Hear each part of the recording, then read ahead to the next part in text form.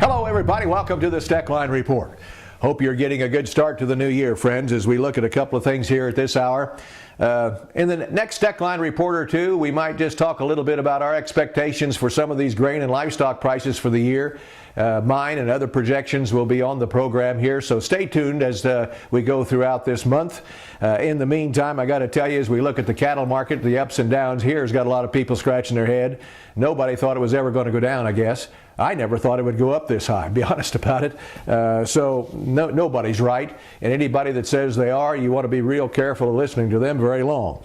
In the meantime, though, there is one thing that's pretty obvious, and that is oil prices, folks, are having an effect on a lot of things, maybe even beef prices. Stay tuned.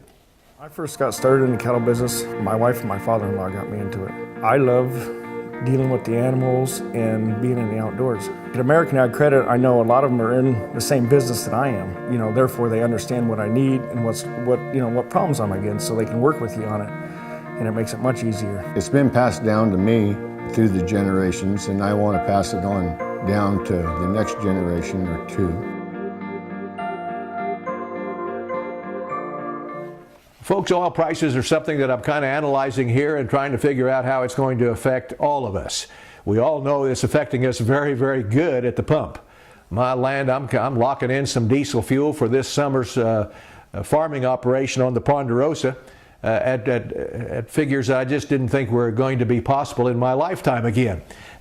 So it's kind of a wreck, be honest about it, and maybe too much of one that may really come home to haunt us all. I wish we could steady out this price at where the oil companies could make some money. They don't have to have $110 a barrel, I'll guarantee you that.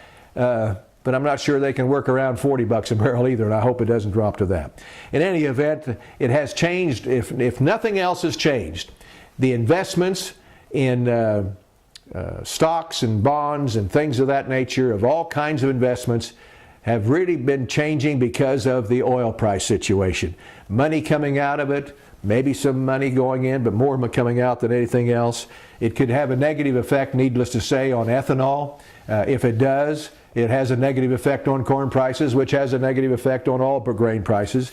All total, it's not just good news, even though the pump is good news, but there are other items there that we have to take into consideration. Well, if you're not growing 500 bushel corn, folks, you probably ought to get out of the business.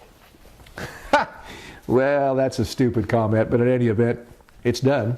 New world record for corn yield, 503.8 bushels an acre, approximately. That was produced last year by Randy Dowdy of Valdosta, Georgia. Now, folks, this is a little acre or two, or whatever it is. It's the results of the annual contest for the National Corn Growers Association. They've got over 8,000 entries, or 9. A record 6 national entries surpassed the 400 bushel mark this year, 400 bushels an acre. But this guy put in the bin 503 bushels. The potential in hybrids, it's mind-boggling, isn't it? Folks, it's just started, it looks like. The first, second, and third place winners in 6 contest categories. He took 6 places of those, and so consequently he's been working pretty hard to win that deal too.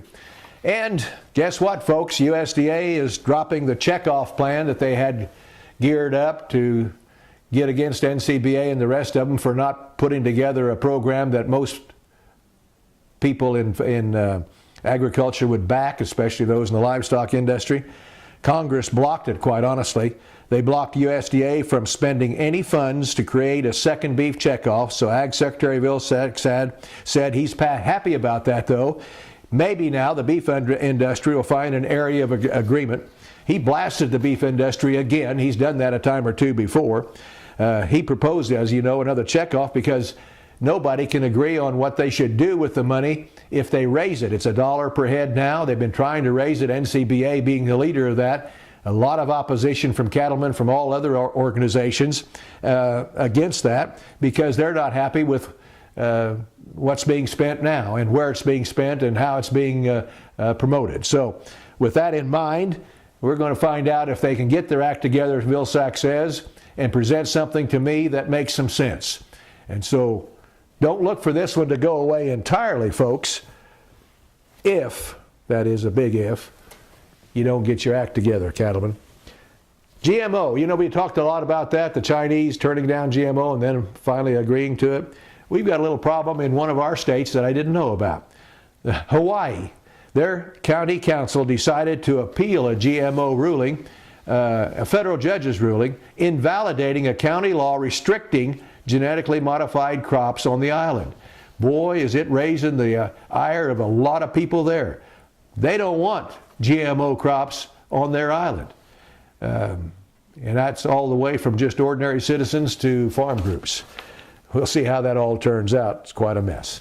Folks, thanks for being with us here on the Steckline Report. See you next time around.